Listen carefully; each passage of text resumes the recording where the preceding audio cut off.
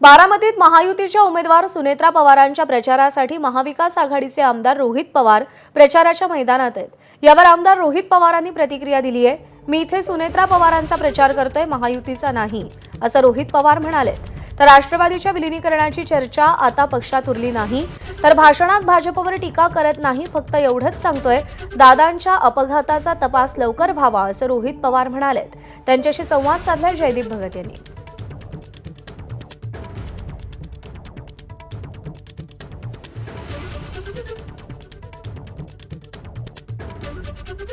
आपल्यासोबत महाविकास आघाडीचे आमदार रोहित पवार आहेत, जे महायुतीच्या उमेदवाराचा प्रचार करतायत। दादा, आज दुसरा दिवस आहे प्रचाराचा।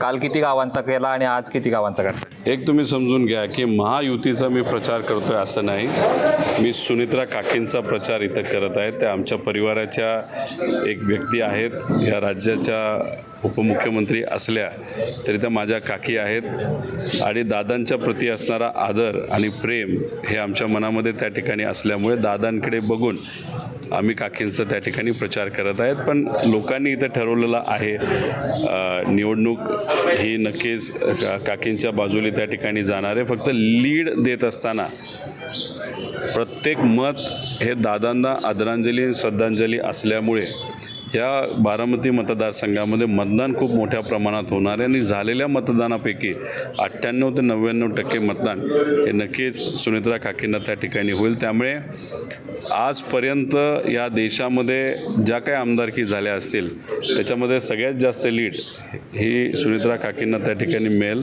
तुम्ही भाषण करत आहात, म्हणजे कार्यकर्त्यांशी संवाद साधताय, भाजपवर कुठेतरी नाव न घेता टीका करताना सुद्धा पाहायला मिळतं।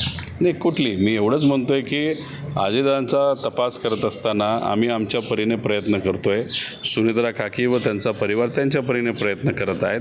पण तपास होत असताना ज्या पद्धतीने ज्या स्पीडली तो तपास व्हायला पाहिजे तो होत नाही। पण त्या दुसऱ्या बाजूला हेही सांगतोय की सरकारला वेळ दिला पाहिजे, कारण का अधिवेशन झाल्यानंतर प्रचाराच्या सभा बऱ्याच काही गोष्टी असल्यामुळे भाजपचे जे प्रमुख नेते आहेत, म्हणजे या राज्याचे मुख्यमंत्री आणि या राज्याचे होम मिनिस्टर हे व्यस्त असल्यामुळे, आणि तो साहजिकच आहे, ते बिझी असणार आहेत, त्यांचा पक्षाची ती जबाबदारी आहे। तरीसुद्धा 22-23 नंतर ते फ्री झाल्यानंतर अधिवेशनामध्ये जे शब्द त्यांनी त्या ठिकाणी दिलेत त्या पद्धतीने नक्कीच ते काही आदेश देतील आणि ज्या काही गोष्टी त्यांनी सांगितल्या त्या होतील। आणि जर 30 तारखेनंतर त्या नाही झाल्या तर आमची भूमिकाच ती आहे, दादांच्या बाबतीत खोलात जाऊन खरं काय हे बाहेर काढण्याची। कॅमेरा पर्सन जीवनसह जयदीप भगत, एबीपी माझा, बारामती। एबीपी माझा, उघडा डोळे बघा नीट।